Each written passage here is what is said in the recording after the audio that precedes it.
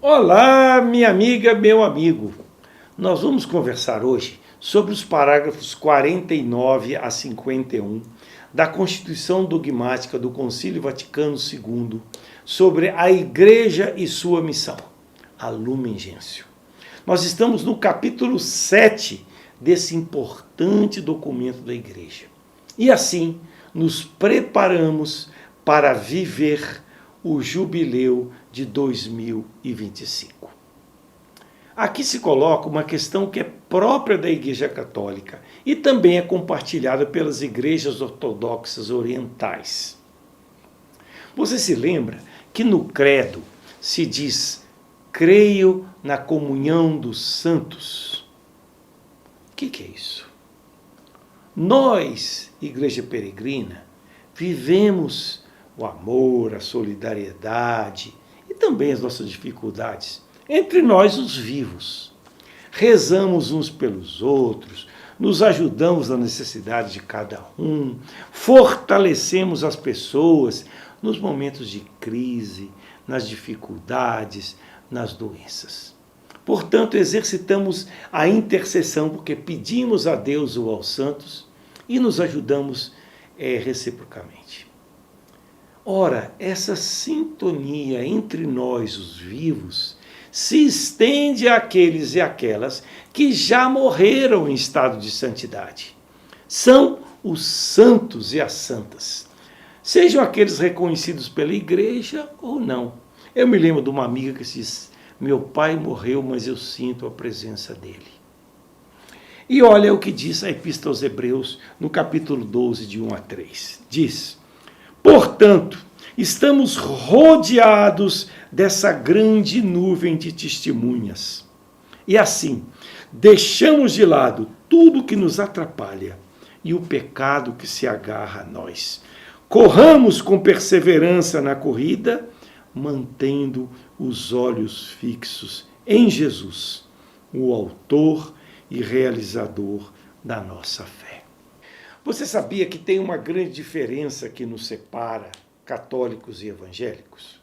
É o seguinte: nós, católicos, acreditamos, como eles também, que Jesus é o único mediador entre Deus e a humanidade. Jesus mesmo diz: eu sou o caminho, a verdade e a vida. Ninguém vai ao Pai senão por meio de mim. Isso é comum a nós. No entanto, para nós católicos, essa única mediação de Cristo inclui os santos. Eles são aqueles que fazem uma função de também nos levar a Jesus. Para os evangélicos, a única mediação de Cristo é exclusiva. Ou seja, é só Jesus e pronto. Então, os santos são, quando muito, apenas exemplos de vida. Vamos recordar que quando Jesus começou sua missão na Terra, ele chamou um grupo para segui-lo e ajudá-lo na missão. Os 12, depois os 72, e também Lucas fala de um grupo de mulheres que seguiam a Jesus. E entre elas seguramente estava Maria de Nazaré, sua mãe. Vejamos algumas citações do capítulo 7 da Lumen Gentium sobre isso. O número 49 diz: todos os nós e os santos comungamos em grau diverso no mesmo amor de Deus e do próximo. E veja que imagem bonita. E todos, vivos e falecidos, entoamos ao nosso Deus o mesmo hino de louvor. Então, nós, os que estamos vivos aqui nessa terra, e aqueles que estão vivos em Deus no céu, estamos ligados pelo mesmo amor de Deus. E ainda diz o Concílio Vaticano II: os santos, estando mais intimamente unidos com Cristo, consolidam a igreja na santidade. Fazem parte do culto que nós prestamos a Deus e contribuem de muitas maneiras para nós seguirmos com mais intensidade a Jesus. E eles que estão pertinho do Senhor Jesus intercedem por nós, a nosso favor diante do Pai. Por quê? Jesus é o único mediador de Deus e os homens. 1 Timóteo 2,5. E assim, ajudados pelos santos, nós conseguimos ser fortes na nossa fraqueza. E a igreja, diz o número 50 da Lumen Gentium, que ainda peregrina, cultivou desde os primeiros tempos a memória dos falecidos, mas tinha um olhar especial para os apóstolos e para os mártires, que derramaram o próprio sangue por Jesus. E a igreja acreditou que eles estão mais ligados conosco em Cristo. Além do mais, a igreja sempre teve esse carinho especial para Maria.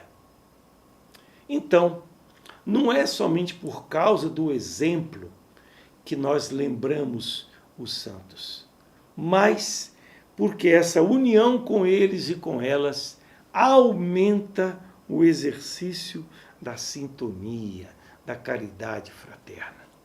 Gente, olha que coisa bonita. Os santos e as santas nos aproximam mais de Deus. E aqui eu quero lembrar uma coisa, que a devoção é boa, mas a devoção exagerada faz mal, principalmente se ela faz nos esquecer de Jesus.